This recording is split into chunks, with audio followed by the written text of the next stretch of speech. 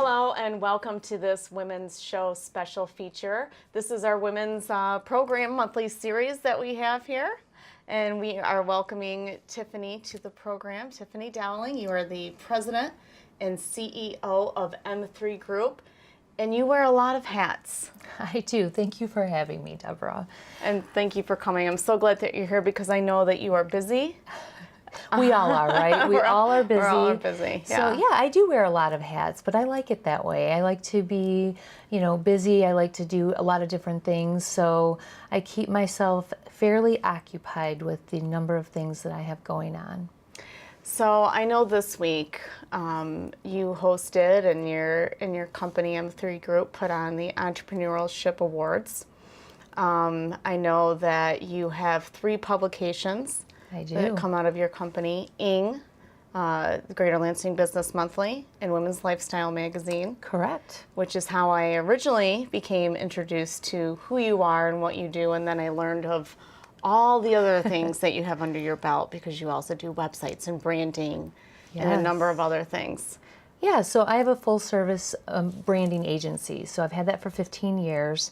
And so inside that organization, I do everything as it relates to public relations, marketing, advertising, websites, video work. So anything that a company would need from a communication standpoint, we can handle internally.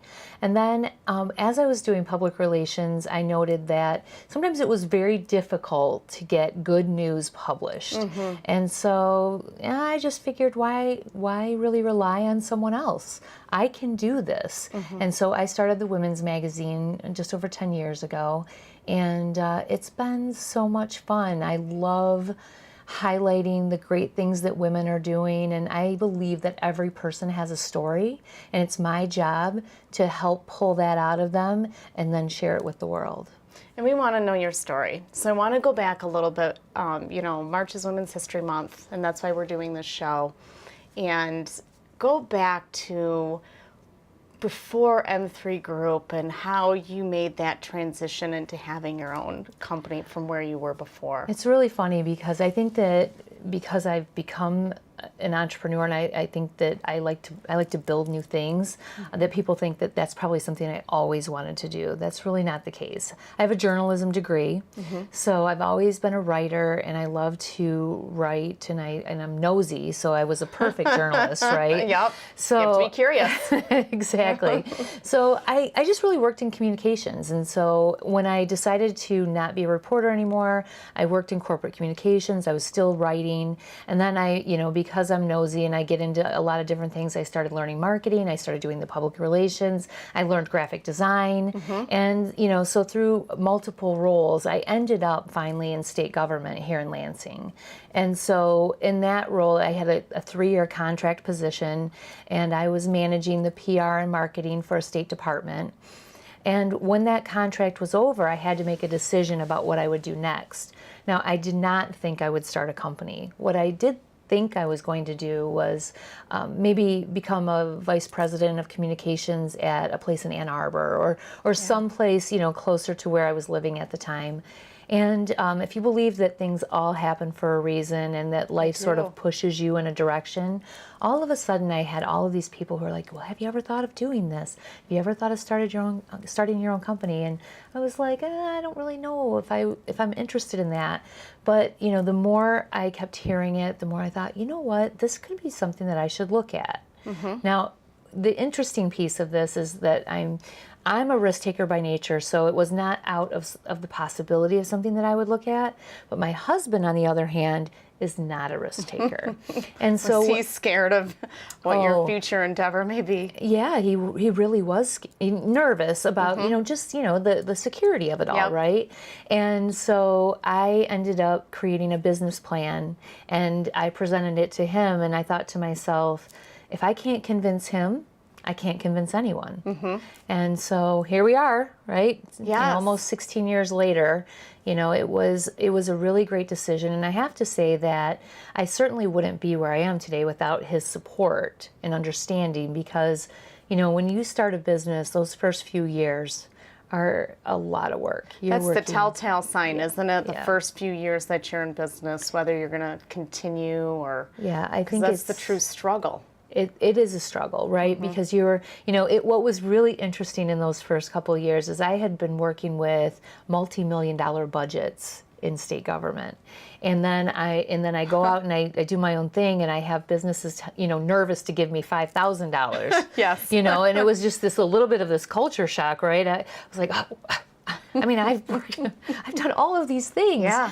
But it's starting over, and it is humbling, nerve-wracking, exhausting, all of the things you can imagine.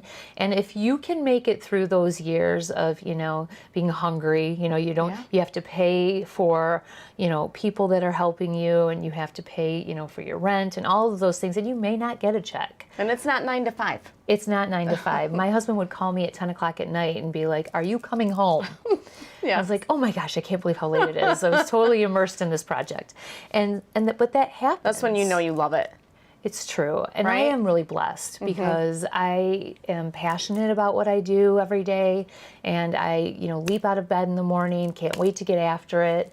And it doesn't feel like work. Now, some days, work is called work for a reason, Yep. right? There are always going to be those days that are more difficult than Yes. others. But I would say 9 times out of 10, 9 days out of 10 are amazing. How have you seen this industry change over time? I mean, well, I'm kind of old, so I feel like I've watched a lot of things happen, right? I mean, the introduction of social media has been dramatic for our industry and the way that we integrate different platforms. So, many, many years ago, there were a lot of agencies that did one thing or another. And now we know that really integrating those tactics and looking at a multitude of different things helps create more brand awareness, and it's just more efficient. Yeah, and it's changed from you're hitting target audiences in a different way. Not everyone's looking at a magazine, or not everyone's looking at social media, or not everyone's looking at news online. Correct. And so you're now shuffling through hitting people in all these different methods and figuring out the analytics of it all.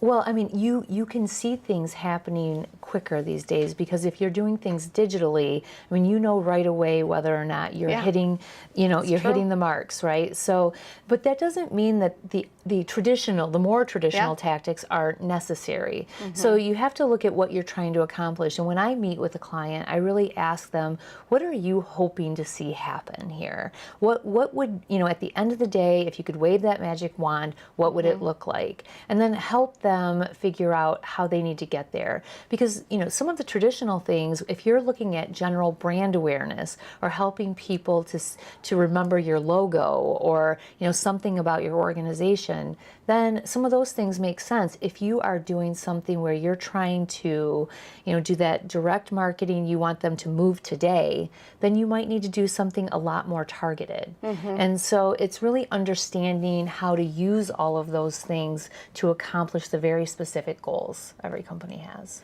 Was it hard when you made the decision? Women's Lifestyle Magazine is yours, right? Correct. Greater Lansing Business Monthly and Ing Magazine. Now, those were projects that you took over, right? Am I right? That's true. That? Yes. Okay. Was it hard in making that decision? Did you have to look at your business model and say, is this something that we can do? How can we do this? Of course. I mean, I think that any business owner thinks about these things as they're looking at, what their vision and mission of their company is, and does a new project or a new line of business actually fit in with what they're doing. And so I had to look at those same things. I think for me, I love the business community. So the Greater Lansing Business Monthly was a natural fit. I'm a cheerleader for our region, and I want to make sure that I'm showcasing all the great things that the business community is doing. So that was a really, and I saw what I could do with it next, right? So it had been great and a great resource for our region for 20 years. And then, when I took it over, I really wanted to add some depth to it. I wanted to have more of the business news component. It was a lot of feature stories prior to that, which I think are great, and we still do. But we wanted to make sure that we were giving that balanced perspective. And so, and of course, we wanted to move it to more of an online platform and really take it into this next season of life. And so that, I really saw that those are things that my team, because they were already doing it with another publication, it was a natural fit. And with the student publication, it's a little bit different because I really, I love to work with young people. And especially in an industry that I think has suffered over the years, the journalism component, and just the way that, print has been, decimated, and journalists are turning to more PR focus in there. We're not looking at that industry the way that we used to. So for me, it was really important to get engaged with that community and to make sure that I could help them see how journalism is still a very viable and important thing for them to do. And it's very important for us to have watchdogs out there. Yeah, I was looking at the Ing magazine earlier, and I could really feel the difference in the brand of the Ing magazine from the Business Monthly and the Women's Lifestyle. And I'll never forget Business Monthly magazine, where I found it. I was in Old Town at a restaurant, and I saw this, and I was by myself. Surprise, surprise, I was by myself eating. And I said, okay, I need something to do. I can't be here by myself. And I saw this in a stand, and I started looking at it.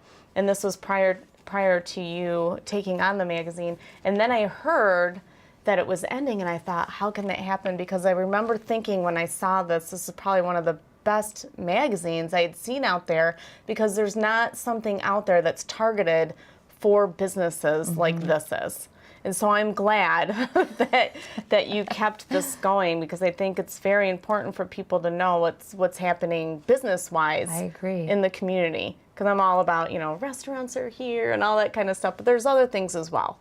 Absolutely. Yeah. I mean, I think that what is important for me is making sure that there is a business presence. I think it's important that businesses understand the scope of what is happening in the region, how the economy is fluctuating, what new developments are coming. There's so much important information that they need to know in order to make decisions about their businesses.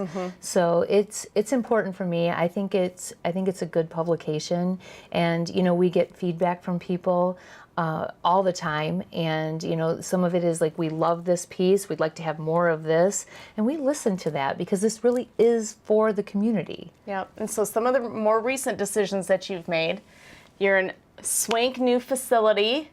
True. I loved your old facility. I love the new facility. Thank you. Absolutely gorgeous. But I want to know where the first facility was. Like, did you start working out of your house? Or the car? Of course. Or a restaurant. I mean, yes. So we started out of the house, but I'm not, at that time, I really wanted to have a separate space. Yeah. I had young kids at the time, and so we ended up really leasing a couple of desks from an interior design firm that was right downtown next to the Mission on Michigan Avenue. And it was literally 2 desks, me and my business partner. And it was great for a few minutes. And then we ended up moving over to East Lansing, and we, in the Northwind area, those white buildings. And so we were there for a little bit of time. And then about at 3 years, I decided that this was real, and I should probably invest in something that's ours. And so that's when I ended up buying the first building over on Seymour. Any tips? We're kind of out of time. So any tips that you have for anyone who's thinking of starting a business? People probably ask you that all the time, but it can be a hard decision. It is a hard decision. So my biggest piece of advice is to do research, right? Figure out all the things that you need to know about your industry or the type of business that you want to do, and then plan. Write a business plan. I think that that's where people tend to they don't want to do that work. They just want to rush right into the fun stuff. But honestly, if they do the planning on the forefront, it's going to be so much easier for them going forward. And if you're doing a business partnership, make sure that you talk about what happens if you decide to dissolve. Oh, yes. It's a very important discussion. It's really important to figure those things out ahead of time. Thank you so much, Tiffany. And people can go online and find out about M3 Group. Yeah, m3group.biz, B-I-Z, for the agency, and then you can get to the magazines from that spot too. And then find out where she works and go see her and meet her. I'm telling you. Come by anytime. Yeah, you do fantastic work in the community, and I know you do charitable giving as well. And your facilities are fantastic, and you're just a great person to get to know. Oh, thank you. So are you. Oh, thank you. So thank you so much for coming on the program today. My pleasure. And I want to thank you for watching. This has been a March is Women's Month history program. I'm Deborah Guthrie, and this is Tiffany Dowling. Thank you.